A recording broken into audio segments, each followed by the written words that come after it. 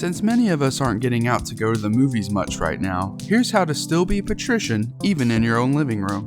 Let's start with patrician snack options. Obviously popcorn is a good choice, but make sure to pop enough all at once so you don't have to pause the film and break the immersion to get more. Make sure you have a sufficient amount of beverage to keep you quenched through the film, but not enough to make you have to use the restroom, which would once again ruin the immersion and break the momentum of the film.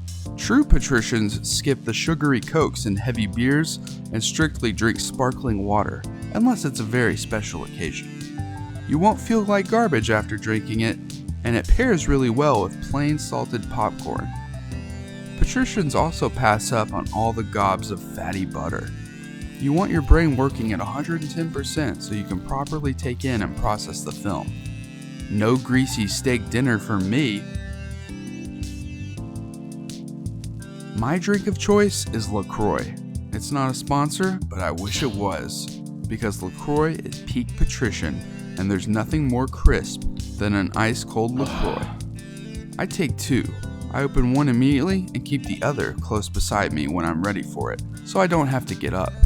It depends on your bladder size, but I limit it to 2 canned drinks because, like I said before, you don't want to have to go to the restroom in the middle of the film, because that would ruin the immersion and break the momentum.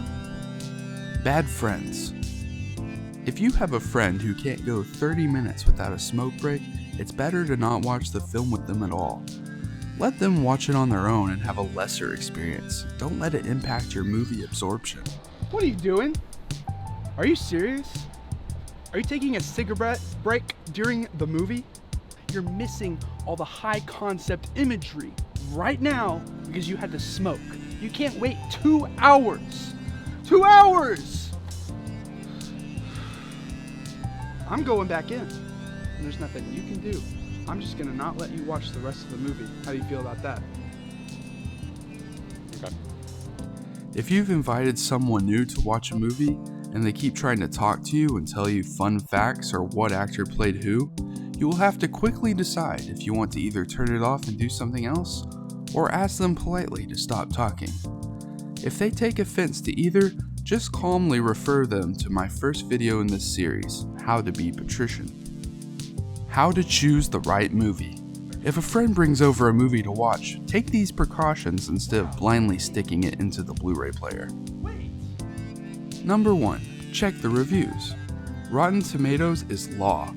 In my household, if a film has below a 30% on Rotten Tomatoes, it's more than likely a waste of my time.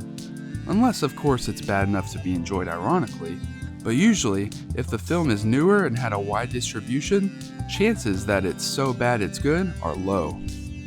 Number 2, if it has good enough reviews, do a background check on the director, producers, and plot synopsis, and make sure it's not highly rated just because it panders to pedestrian film critics who gave it high marks just to virtue signal. We're good to go. Number 3.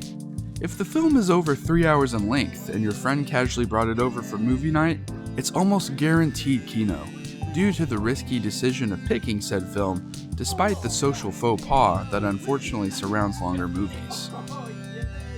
Kino! Lastly, make sure the lights are off and the TV is loud. Enjoy what I hope turns out to be pure Kino. When the film is over, make sure you've allotted at least 30 minutes for discussion, which is important to the decompression process. If someone did not enjoy the film, don't openly berate them. Instead, be passive-aggressive about their inferior taste and plant the idea in their mind to become better at watching movies. If they don't know where to start, please refer them to the award-winning video series you are currently watching. This has been the Kino Kowboy reminding you to stay patrician, and thanks for watching. Movie recommendation of the week: Santa Sangre.